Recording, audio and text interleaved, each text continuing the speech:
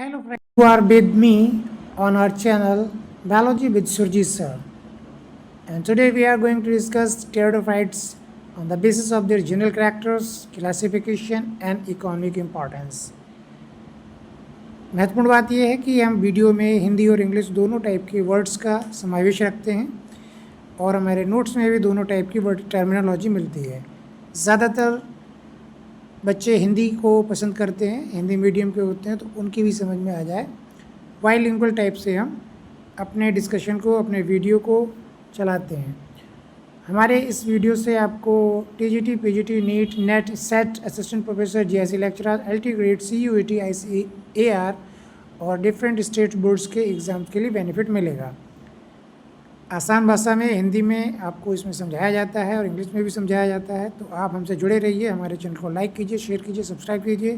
Time waste न करते हुए हम आगे स्टार्ट करते हैं। टेरिडोफाइट्स में सबसे पहले जनरल कैरेक्टर्स। तो जनरल कैरेक्टर्स के बेसिस पे हम सबसे पहले स्टार्ट करते हैं इसके introduction pteridophyte terminology. The term is derived from the pteron and phytos. Pteron यानी टेरिडोफाइट शब्द टेरॉन से लिया गया है। टेरॉन का मतलब होता है पंख, फाइटोन मीन्स पौधा, ऐसा पौधा जिसे पंख जैसी पत्तियां हों, यानी कि पंख जैसे पत्तों वाले पौधे। अगर आप देखें बॉटम पर इस साइड में, ये इस तरीके का जो बना हुआ है पौधा, इसकी पत्ती पंख की तरह दिख रही है। अदर इम्पॉर्टेंट कैरेक्टर्स में देखिए वैस्कुलर, फर्स्ट वैस्कुलर प्लांट्स होते हैं। इनमें जड़, तनाव, पत्ती तीनों स्पष्ट रूप से पाई जाती हैं। अगर हम देखें इससे पहले वाले ब्रायोफाइट्स में root stem leaves were not properly discriminated, अलग अलग प्रकार के नहीं थे और उनमें केवल एक थैलस स्ट्रक्चर पाया जाता है। ब्रायोफाइट्स में फ्रूट सीटा कैप्सूल और कुछ डेवलप्ड कंडीशन जो होती हैं उनमें पाया जाता है, जैसे कि मॉस की बात की थी। टेरिडोफाइट्स में देखिए ये लैंड प्लांट्स होते हैं, पूरी तरह से ज़मीन पे पाए जाते हैं, लेकिन इसकी कुछ वैरायटीज़ जैसे मार्सिलिया, साल्विया, ये एक्वेटिक भी होती हैं। टेरिडोफाइट्स में सीड हैबिट की ओर अग्रसर पौधों का समूह माना जाता है, यानी कि सीड हैबिट इसमें स्टार्ट होती है। सीड जैसे स्ट्रक्चर्स देखने को मिलते हैं, लेकिन प्रॉपर डेवलपमेंट सीड्स का होता है आगे के जिम्नोस्पर्म, एंजियोस्पर्म में, और इसीलिए उन दोनों को स्पर्मेटोफाइटा बोला जाता है।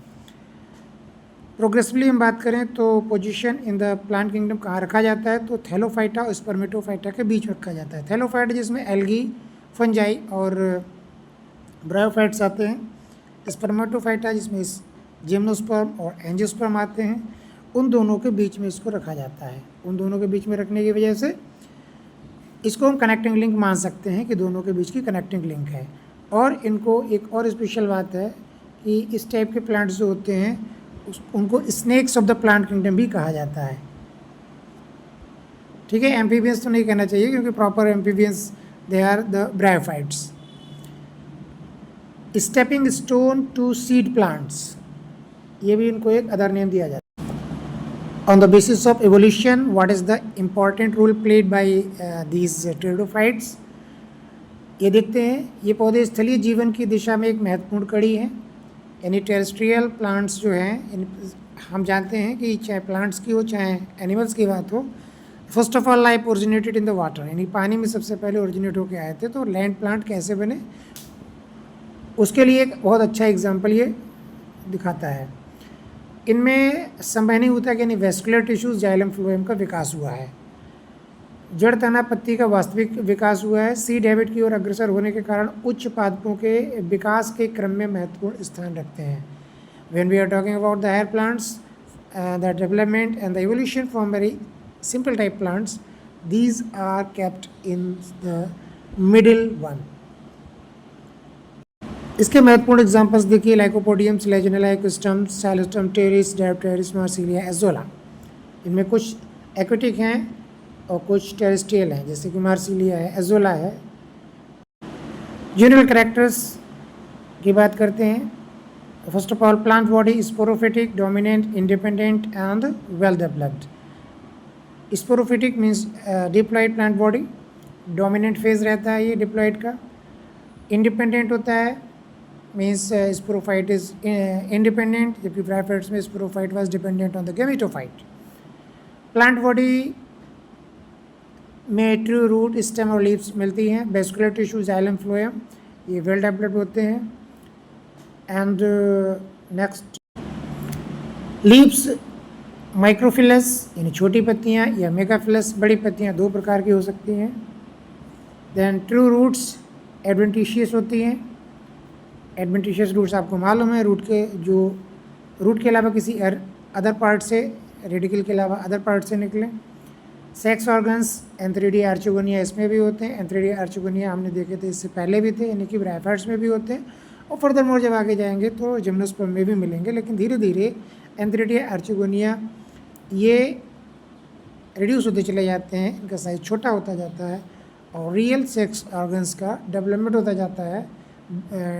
जिम्नोस्पर्म के बाद एंजियोस्पर्म में धीरे धीरे इस तरीके से ovary style stigma female part and स्टेमन वाला मेल पार्ट, इसका डेवलपमेंट होता चला जाएगा। सेक्स ऑर्गन्स सामान्यतः गेमिटोफाइट यानी प्रोथैलस पर पाए जाते हैं। जो गेमिटोफाइट इसका होता है अर्ली जर्मिनेटिंग स्टेज में, उसको हम प्रोथैलस बोलते हैं। फर्टिलाइजेशन के लिए वाटर की आवश्यकता होती है, जूडोकेमस। स्पोरोफाइट डिपेंडेंट होता है गेमिटोफाइट पर कुछ टाइम के लिए। स्पोरेंजिया यानी बीजाणुधानी लेप्टोस्पोरेंजिएट या यू स्पोरेंजिएट टाइप की हो सकती है। स्पोर द्वारा अलैंगिक जनन होता है। Alternation of generation haplodiplontic life cycle type का पाया जाता है।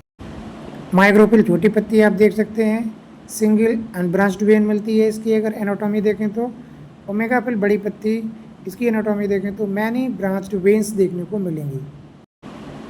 यहाँ पर जो हमने माइक्रोफिलस ओमेगा प्लस लीव्स की बात की है तो इनको समझ लीजिए। First of all microphyllous leaves के एग्जांपल्स जो होते हैं स्लेजिनेला, लाइकोपोडियम, इक्विस्टम, इसके लिए लीव्स इक्विस्टम में देखने को मिलती हैं। और मेगाफिलस ये पॉमेट टाइप की लीव्स होती हैं। एक्टिनोप्टेरिस, लाइगोडियम और ड्रायोप्टेरिस में देखने को मिलती हैं। सर्सिनेट वेनेशन भी देखने को मिलता है ड्रायोप्टेरिस और मार्सिलिया में। यहाँ पर हम लेप्टोस्पोरेंजिएट और यूस्पोरेंजिएट टाइप की बीजाणुधानी की स्पोरेंजिया की बात की थी, तो इसको भी समझते हुए चलेंगे कि लेप्टोस्पोरेंजिएट एक्चुअली क्या होता है और यू स्पोरेंजिएट क्या होता है। तो सबसे पहले यू स्पोरेंजिएट के बारे में समझिए। इसमें यू स्पोरेंजिएट टाइप की जो स्पोरोकार्प है, इसका डेवलपमेंट सुपरफिशियल इनिशियल सेल्स के ग्रुप से होता है, यानी many superficial initial cells participate to form this type of eusporangiate sporangia.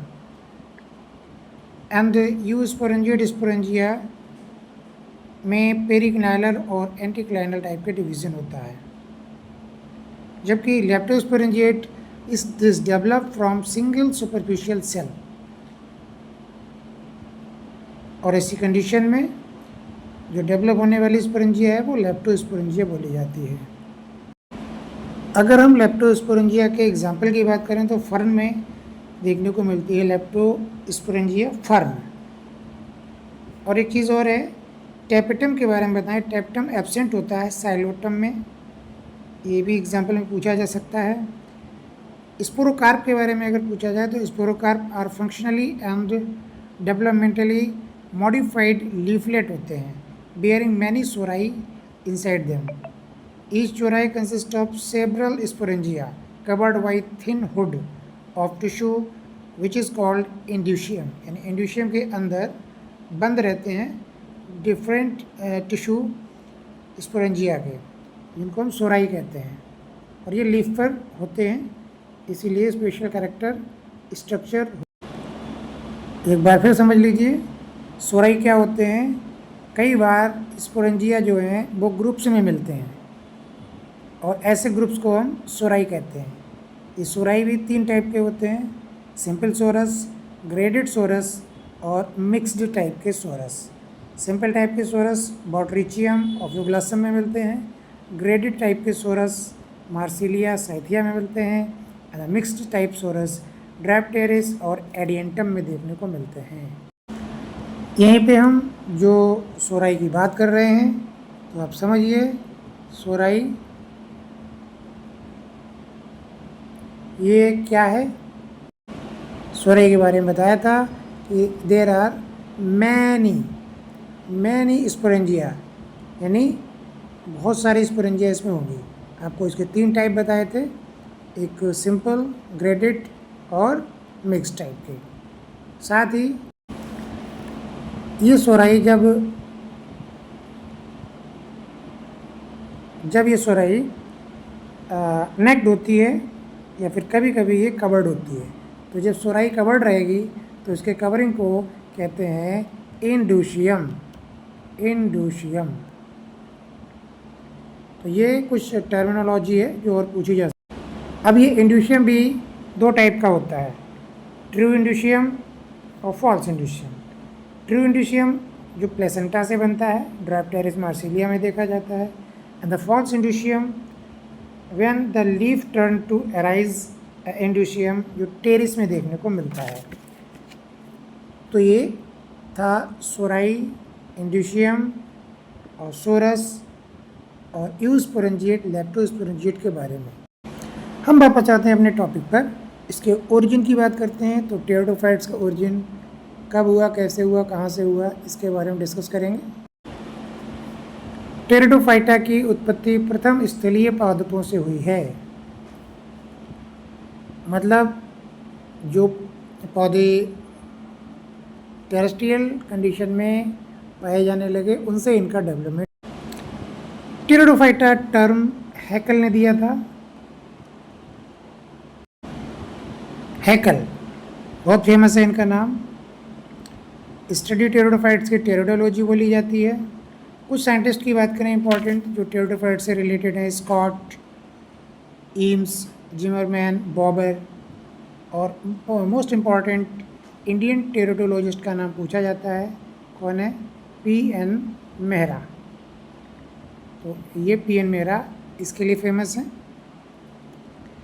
Reptiles of plant kingdom इनको बोला जाता है, स्नेक्स ऑफ प्लांट किंगडम भी। इनके इवोल्यूशन की बात करें तो एल्गी से टेरिडोफाइट्स का इवोल्यूशन बताया था बॉबर और स्कॉट ने। बॉबर एंड स्कॉट ये 2 वैज्ञानिक थे जिन्होंने, बॉबर एंड स्कॉट, इन 2 वैज्ञानिकों ने बताया था कि टेरिडोफाइट्स किससे बन के आए हैं? एल्गी से। जबकि 2 और वैज्ञानिक थे, कैंपबेल एंड स्मिथ, इन्होंने बताया था, कैंपबेल एंड स्मिथ, इन्होंने कहा था कि नहीं एल्गी से नहीं, इनका डेवलपमेंट ब्रायोफाइट से हुआ है, डायरेक्ट एल्गी से नहीं हुआ है। तो इन्होंने ब्रायो के बारे में बताया था। तो ये इम्पॉर्टेंट बात है कि कैंपबेल और स्मिथ ने ब्रायो से बताया था, बॉबर एंड स्कॉट ने एल्गी से बताया था। ये इवोल्यूशन के बारे में बताया था इन साइंटिस्ट ने। अब इसके इवोल्यूशन की बात करें, किस एरा में इनका इवोल्यूशन हुआ, तो they originated about in the Silurian period of the and dominated on the earth in Devonian and Carboniferous period. And this was about 300 million years ago of the Paleozoic era.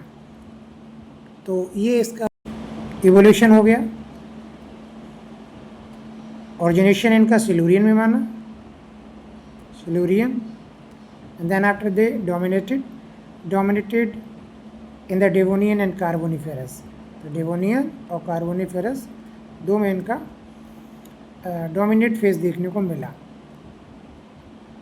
अब यहाँ पे आप समझ लीजिए, इनमें जो स्टील होती है उसका एवोल्यूशन किस टाइप से? प्रोटो स्टील सबसे सिंपल टाइप की पहले इनमें मिलेगी, फिर साइफोनो स्टील, डिक्टियो स्टील और पॉलीसाइक्लिक स्टील तक इनका इनमें देखने को मिलती है। यानी कि बहुत सारी स्टील इनमें देखने को मिलती है, लेकिन सिंपल टाइप की।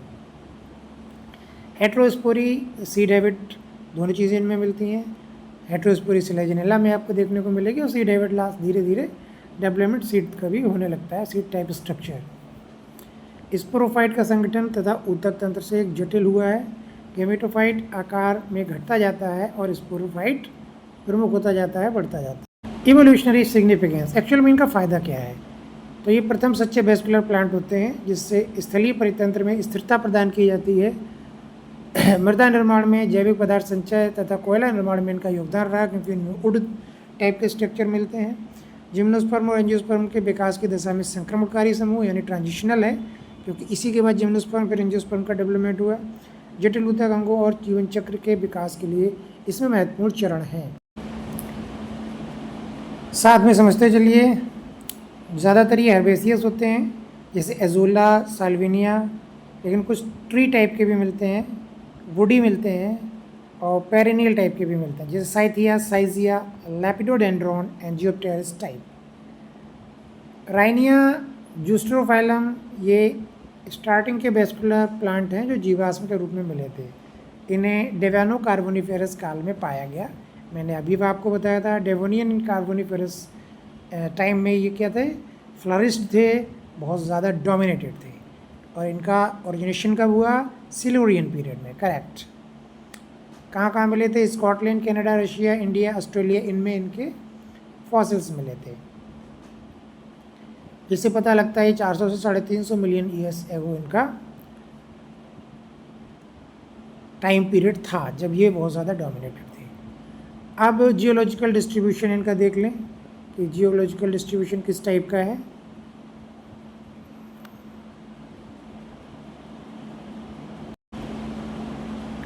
देखिए, सिल्यूरियन में जो टाइम पीरियड है सिल्यूरियन का दिया हुआ 443 से 416 मिलियन ईयर एगो। प्रारंभिक स्थलीय वेस्कुलर पादपों को राइनिया टाइप प्लांट्स का, यहाँ पे साल्विनिया टाइप के प्लांट्स का उद्भव हुआ। सरल संरचना वाले पौधे थे। फिर डेवोनियन में राइनिया डेवलप टाइप के थोड़े जूटेरोफाइलॉन, एक्चुअल में डेवोनियन में राइनिया टाइप के बन के आए। यहाँ पे डेवलप टाइप के थोड़े देखने को मिले। टेरिडोफाइट्स कार्बोनिफेरस में टेरिडोफाइट्स के बनों का निर्माण, लाइकोप्सिडा, स्पिनोप्सिडा, टेरोप्सिडा का उत्कर्ष हुआ। परमियन में इनकी विविधता में कुछ कमी आई और सीड हैबिट की ओर अग्रसर हुए। जलवायु परिवर्तन का प्रभाव पड़ा। मीसोजोइक एंड सिनोजोइक जो प्रेजेंट टाइम पीरियड चलता है, इनमें सीमित संख्या में वर्तमान तक अस्तित्व है इनका। आर्द्र एवं छायादार स्थानों पर ये विद्यमान रहते हैं। तो यहाँ पर हमने जियोलॉजिकल डिस्ट्रीब्यूशन के साथ इनका हैबिट एंड हैबिटेट भी डिस्कस किया। साथ में कुछ और इन्फॉर्मेशन जोड़ना चाहूँगा। हम एक्वेटिक टाइप के अगर टेरिडोफाइट्स की बात करें, यानी जलीय टेरिडोफाइट्स, इनमें आता है एजोला, इनमें आता है साल्विनिया, इनमें आता है मार्सिलिया, इनमें आता है आइजोइट्स, इनमें आता है सिरोप्टेरिस। इतने टाइप के ये और प्लांट्स हैं जो कि एक्वेटिक होते हैं। कौन कौन से, एजोला, साल्विनिया, मार्सिलिया, एजोइट्स, सिरोप्टेरिस। तो यहाँ पर हमने बात करी थी एक्वेटिक प्लांट्स। अब समझिए ज़ीरोफाइट। ज़ीरोफाइट जो कि रेगिस्तान में पाए जाते हैं। इनमें स्लेजनेला की बहुत सी वैरायटी हैं। स्लेजनेला डेंसा, स्लेजनेला रूपेस्टेरिस, स्लेजनेला लेपिडोफिल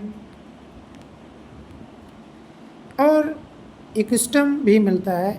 इक्विस्टम अर्वेंस, ये भी एक टाइप का ज़ीरोफाइट है। एक इम्पॉर्टेंट बात यहाँ पे और भी है कि स्लेजनेला रूपेस्टेरिस में सीड हैबिट देखने को मिलती है। रूपेस्टेरिस में सीड हैबिट भी देखने को मिलती है। स्लेजनेला लेपिडोफिल, ये रिजर्क्शन प्लांट्स बोला जाता है। रिजर्क्शन प्लांट कौन सा, जो कि ये सुखा के रख लिया जाता है पानी में, जैसे ही डालेंगे दोबारा हरा हो जाएगा। ये भी स्पेशल फीचर। इसी नॉलेज को और थोड़ा अपडेट करते रहिए। एक्रोस्टिकम ओरिएनम जो है ये हेलोफाइट होता है और कुछ वैरायटीज़ होती हैं इपीफाइट। इपीफाइट भी दूसरे पौधों पे हो। स्लेजनेला ओरेगाना, साइलोटम फ्लैसिडम, लाइकोपोडियम फ्लैजिमेरिया, लाइकोपोडियम स्क्लेरोसम, ये एपिफेटिक टाइप की टेरिडोफाइट्स। यहीं पे स्मॉलेस्ट टाइप के टेरिडोफाइट की बात कीजिए और हम लार्जेस्ट टेरिडोफाइट्स की बात भी करते हैं। स्मॉलेस्ट आप सबको मालूम है, यस बिल्कुल सही, एजोला। और लार्जेस्ट इज साइथिया। तो स्मॉलेस्ट एजोला, लार्जेस्ट साइथिया और लॉन्गेस्ट एल्सोफिल्ला होता है, सबसे लंबा। और हाँ, इंपॉर्टेंट बात, राइनिया साइलोटम में no root in Rhynia and Psilotum. Yes, now time comes for the classification of pteridophytes. Sporophytic main plant body है, ये हेट्रोस्पोरी भी इसमें देखने को मिलती है, होमोस्पोरी भी है। वैस्कुलर सिस्टम, रिप्रोडक्टिव कैरेक्टर के आधार पे इनमें इनका क्लासिफिकेशन किया गया है। ट्रेडिशनल क्लासिफिकेशन की अगर बात करें बेंथम हुकर 1862 टू 1883 के अनुसार टेरिडोफाइट्स को 4 पार्ट्स में बांटा जाता है, साइलोप्सिडा, लाइकोप्सिडा, स्पिनोप्सिडा और टेरोप्सिडा। बाद में इनके उपवर्ग तथा गणों का भी निर्माण किया गया। मॉडर्न क्लासिफिकेशन से जो आज का क्लासिफिकेशन है एंगलर एंड प्रांटल का 1931 का, और चैम्बरलैन 1935 तथा ट्रायोन 1982 इन पर आधारित है। इसमें 4 प्रमुख वर्ग और उनके उपवर्ग और गणों को सम्मिलित किया गया है। और टेरिडोफाइटा का ये वर्गीकरण उनके इवोल्यूशनरी डेवलपमेंट को समझाने में मदद करता है, सी रैबिट, और उनके ट्रांजिशन को दर्शाता है। तो देख लीजिए मॉडर्न क्लासिफिकेशन के बेसिस पे जो 4 क्लास हैं, साइलोप्सिडा, लाइकोप्सिडा, स्पिनोप्सिडा और टेरोप्सिडा। साइलोप्सिडा सबसे पुराना है, प्राचीन है, पत्तियाँ छोटी होती हैं, यानी माइक्रोफिलस, ठीक है, और सिंपल टाइप की इनमें प्रोटोस्टील देखने को मिलती है। इसके ऑर्डर साइलोटेल्स, साइलोटम इसका जीनस है और साइलोटम इसका एग्जाम्पल। लाइकोप्सिडा माइक्रोफिलस लीव्स होती हैं, प्रोटोस्टील इसमें मिलती है, होमोस्पोरस होता है। इसके ऑर्डर लाइकोपोडियल्स, सिलेजिनेलेल्स एंड आइजोएटेल्स, जिसमें जेनेरा एग्जाम्पल लाइकोपोडियम, सिलेजिनेला और आइजोइट्स, ये दोनों लाइकोप्सिडा में आते हैं। साइलोप्सिडा में साइलोटम आता है। स्पिनोप्सिडा एंड टेरोप्सिडा, स्पिनोप्सिडा में पत्तियाँ जो होती हैं तुरी के रूप में होती हैं। साइफोनोस्टील मिलती है, यानी कि प्रोटोस्टील से हम साइफोनोस्टील की तरफ आ गए। होमोस्पोरी कंडीशन इसमें भी मिलती है। इसमें ऑर्डर होते हैं इक्विसिटेल्स यानी इक्विसिटम, टेरोप्सिडा मेगाफिलस लीव्स बड़ी पत्तियाँ मिलती हैं। साइफोनो और डिक्टियोस्टील मिलती है। होमो और हेट्रोस्पोरस दोनों टाइप के मिलते हैं। इसके ऑर्डर्स मेरिटियल्स, पॉलीपोडियल्स, साल्विनेल्स, इसके example Pteris, Dryopteris, Marsilea, azolla.